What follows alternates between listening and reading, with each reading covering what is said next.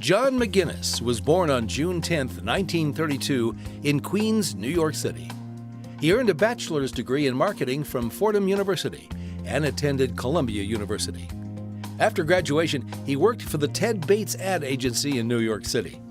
He worked on live TV shows, involved with ads for the Martin and Lewis Show and other early TV shows. In 1959, he moved to Denver and went to work at KTVR Channel 2.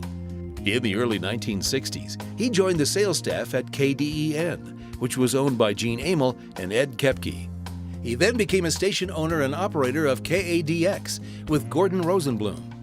McGuinness created a strong format for the FM station, where most other FM stations had automated programming. John showed his sense of humor at KADX.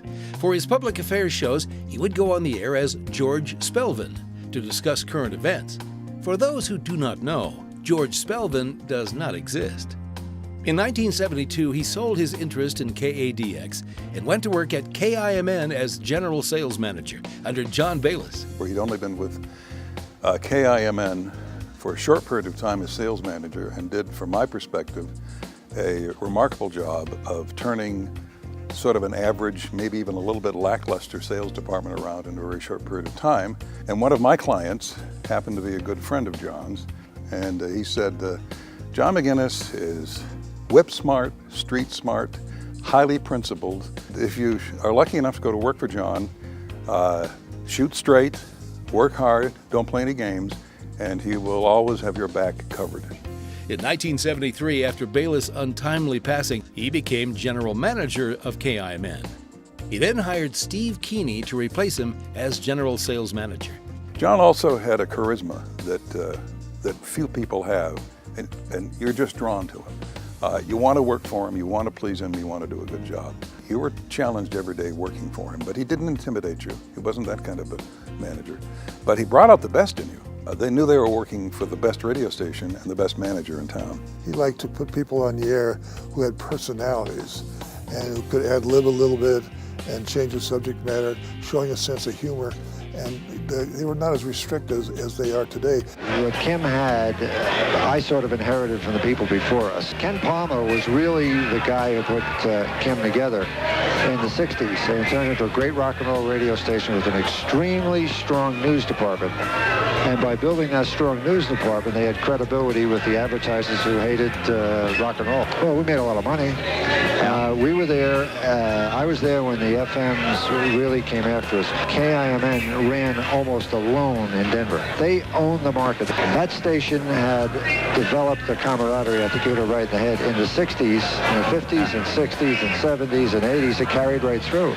And the thing that was fascinating about McGuinness was the fact he not only knew his end of the business, he knew everybody else's end of the business. The newspaper world, everything was his fertile territory. He really liked the business, and I think he enjoyed meeting people. A lot of executives, maybe they still do, sit in their offices. McGuinness did that to some degree, but I think his secret, his success, was going out and finding out what people want and visiting with his rivals and his friends. He had kind of an overview that I think a lot of radio people in those days missed. In 1989, he was hired by the receiver for KDEN Radio to operate the station. He ended up buying the station in 1991. At that time, KDEN was the only locally owned radio station in the Denver market. He sold KDEN in the mid-1990s.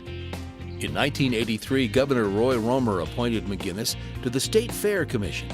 In 1996, John took over the day-to-day management of the fair and served as the acting director until December 1999.